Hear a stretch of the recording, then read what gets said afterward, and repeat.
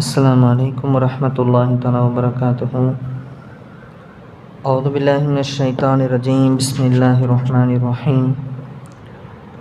5 நிமிட மதரசா குர்ஆன் ஹதீஸின் ஒளியில் ஒன்றாவது தலைப்பு இஸ்லாமிய வரலாறு. சஃபா மலையின் மீது நப்சாசலம் அவர்கள் குறைசியர்களுக்கு இஸ்லாமிய அழைப்பு விடுத்ததை பற்றி, நபித்துவம் கிடைக்கப்பட்டு 3 ஆண்டுகள் வரை மறைமுகமாக இஸ்லாமிய பிரச்சாரத்தை அன்னலார் மேற்கொண்டிருந்தார்கள். அதன் பின்பு பகிரங்கப்படுத்துக என்ற அல்லாஹ்வின் ஆணைக்கிணங்க சஃபா என்ற மலை மீது நின்று கொண்டு மக்காவின் அனைத்து வம்சத்தார்களுக்கும் அன்னலார் குரல் கொடுத்தார்கள். எல்லோரும் திரண்டு வந்து மலை அருகே ஒன்று கூடினார்கள். அவர்களிடம் அன்னலார், மக்களே, நான் உங்களிடம் இந்த மலைக்கு பின்னால் ஒரு படை வந்து கொண்டிருக்கிறது, வெகு விரைவில் அது உங்களை தாக்கப் போகிறது என்று சொன்னால் நம்புவீர்களா என கேட்டார்கள். அதற்கு அந்த மக்கள், ஆம், தாங்கள் உண்மையாளர், நேர்மையாளர் என ஒரே குரலில் கூறினார். பிறகு அன்னலார், மக்களே, ஒரே இறைவனை நம்புங்கள், சிலை வழிபாட்டை விட்டுவிடுங்கள், கடுமையான வேதனை பற்றி அச்சமூட்டி எச்சரிக்கை செய்வதற்காக வந்துள்ளேன் என்றார்கள். இதை கேட்டதும் அனைவருமே கோபம் அடைந்தார்கள். அன்னலாரின் சிறிய தந்தை அபு லஹப் என்பவன் அன்னலாரை கடுமையான வார்த்தைகளால் ஏசிவிட்டான். இதற்கு பதிலடியாக அல்லாஹ் தஆலா அபு லஹப் மற்றும் அவன் மனைவி உம்மு ஜமீல் ஆகியோரின் மீது ஏற்படவிருக்கும் அழிவை பற்றி தப்பத் யதா என்ற அந்த லஹப் என்ற அத்தியாயத்தை அல்லாஹ் அவர்கள் மீது நாசம் இறங்கப் போவதை பற்றி இறக்கினான். அதாவது இதில் என்னென்னு கேட்டால், அபூலஹப்ங்கிற அந்த நபர் நப்சாசலம் சபிப்பார், உனக்கு நாசம் உண்டாகட்டும், சிலைகளுக்கு நிகராக நீ ஒரு விஷயத்தை கொண்டு வரியா அப்படின்னு ஓ மேலே நாசம் உண்டாகட்டும் மண் எடுத்து வாருவார்.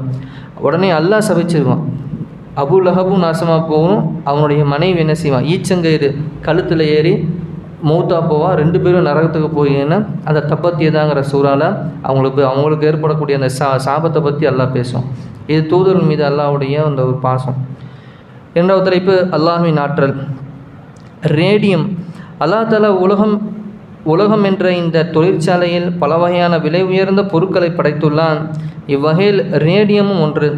பளபளப்பாக ஜொலிக்கும் இப்பொருள் தங்கத்தை விட பன்மடங்கு விலை உயர்ந்ததாகும். இது மிக அரிதாக கிடைக்கும் ஒரு பொருள். இதற்கு மின்சாரமோ எண்ணெயோ இல்லாத நிலையில் இந்த ஜொலிப்பை கொடுத்தது யார்? இது அல்லாஹ்வின் ஆற்றல் அன்றி வேறென்ன? 3வது தலைப்பு ஒரு ஃபர்லை பற்றி. ஹஜ் யாருக்கு கடமை? குர்ஆனில் அல்லாஹ் தஆலா கூறுகிறார், எவர் ஹஜ் யாத்திரை சென்று வர சக்தி பெற்றிருக்கிறாரோ அவர் அல்லாஹ்வுக்காக ஹஜ் செய்வது கடமையாகும் என சூரா ஆல இம்ரானில் அல்லாஹ் கூறுகிறான். 4வது தலைப்பு ஒரு சுன்னத்தை பற்றி. குளிப்பின் சுன்னத்தான முறை. நப்சாசலம் அவர்கள் வாஜிபான குளிப்பின் போது முதலில் கைகளை கழுவுவார்கள், பிறகு இடது கையில் தண்ணீரை ஊற்றி வெட்கஸ்தலத்தை கழுவுவார்கள், பிறகு தொழுகைக்கு ஒழு செய்வது போன்று ஒழு செய்வார்கள், பிறகு தண்ணீரை அள்ளி தமது விரல்கள் மூலம் தலைமுடியின் வேர் கால்களில் செலுத்துவார்கள், பிறகு 2 கை நிறைய தண்ணீரை எடுத்து ஒன்றன் பின் ஒன்றாக தலையில் ஊற்றுவார்கள், பிறகு உடல் முழுவதும் தண்ணீரை ஊற்றுவார்கள், இறுதியாக 2 கால்களையும் கழுவுவார்கள். இதுதான் குளிப்பின் சுன்னத்தான முறையாகும். 5வது தலைப்பு ஒரு முக்கிய அமலின் சிறப்பு. நளினத்தை விரும்புங்கள்.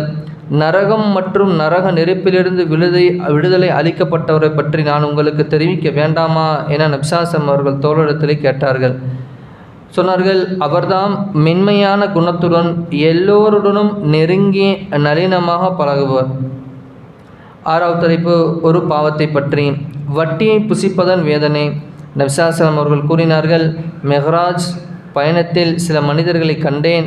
அவர்களின் வயிறு பானையை போன்று பெரிதாகவும் அதற்குள் பாம்புகள் நெளிந்து கொண்டிருப்பதையும் கண்டேன்.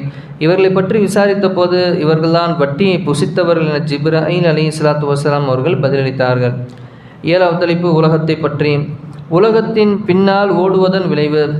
எவர் உலகத்தின் பின்னால் ஓடுகிறாரோ அவருக்கு அல்லாஹ்விடம் எந்த தொடர்பும் இல்லை.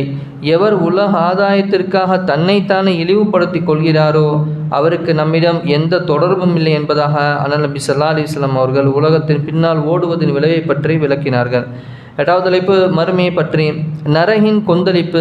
குர்ஆனில் அல்லாஹ் தஆலா கூறுகிறார், நரகம் மறுமையை பொய்ப்பித்தவர்களை வெகு தொலைவில் காணும் போதே அதற்கே உரித்தான கொந்தளிப்பையும் பேரிரைச்சலையும் அவர்கள் கேட்பார்கள். மேலும் அந்நரகத்தில் ஒரு நெருக்கமான இடத்தில் அவர்கள் சங்கிலியால் கட்டி எறியப்பட்டால் அவ்வேதனையை தாங்க மாட்டாமல் அவர்கள் அங்கே மரணத்தை அழைப்பார்கள் என சூரா ஃபுர்கானிலே நரகவாசிகள் நரகத்திலும் நெருங்குவதற்கு முன்பாக மரணம் வேண்டும் என கேட்பதை பற்றி அல்லாஹ் எச்சரிக்கை செய்கின்றான். 9வது தலைப்பு நபிவழி மருத்துவம். மயக்கத்திற்கு சிகிச்சை. மயக்கமுற்ற ஒருவரின் காதில் ஹஜரத் அப்துல்லா பின் மஸ்ஊத் ரலியல்லாஹு அவர்கள் ஏதோ ஊதினார்கள். உடனே அவர் மயக்கம் தெளிந்து எழுந்தார் என அண்ணன் நபி ஸல்லல்லாஹு அலைஹி வஸல்லம்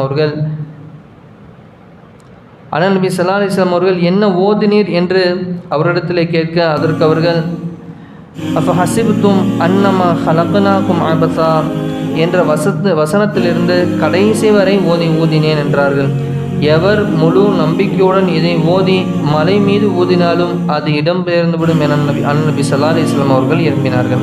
10வது தலைப்பு குர்ஆனின் அறிவுரை. குர்ஆனில் அல்லாஹ் தஆலா கூறுகிறான், இறை நம்பிக்கையாளர்களே, தீயவன் ஒருவன் உங்களிடம் ஒரு செய்தியை கொண்டு வந்தால் அதை தீர விசாரித்து கொள்ளுங்கள். இல்லையேல் அறியாமையினால் குற்றமற்ற ஒரு சமூகத்தாருக்கு நீங்கள் தீங்கு செய்து விடலாம். பின்னர் நீங்கள் செய்தவை பற்றி நீங்களே வருத்தப்படுபவர்களாக ஆவீர்கள் என தீயவன் கூறக்கூடிய வார்த்தையை விட்டும் எச்சரிக்கையாக இருக்கும்படி பெருமானார் ஸல்லல்லாஹு அலைஹி வஸல்லம் அவர்கள் கூறுகிறார்கள். அல்லாஹ் கூறுவதாக, சூரா ஹுஜராத்திலே அல்லாஹ் எச்சரிக்கை செய்கிறான். அல்லாஹ் எந்த நலவை கேட்டமோ அதன்படி அமல் செய்யக்கூடிய பாக்கியத்தை நம்ம அனைவருக்கும் தந்தல புரிவானாக. அல்லாஹ் எதை விட்டு நம்மை தவிர்த்திருக்கும்படி இருக்கிறானோ அதை விட்டும் தவிர்த்திருக்கக்கூடிய பாக்கியத்தை நம்ம அனைவருக்கும் தந்தல புரிவானாக.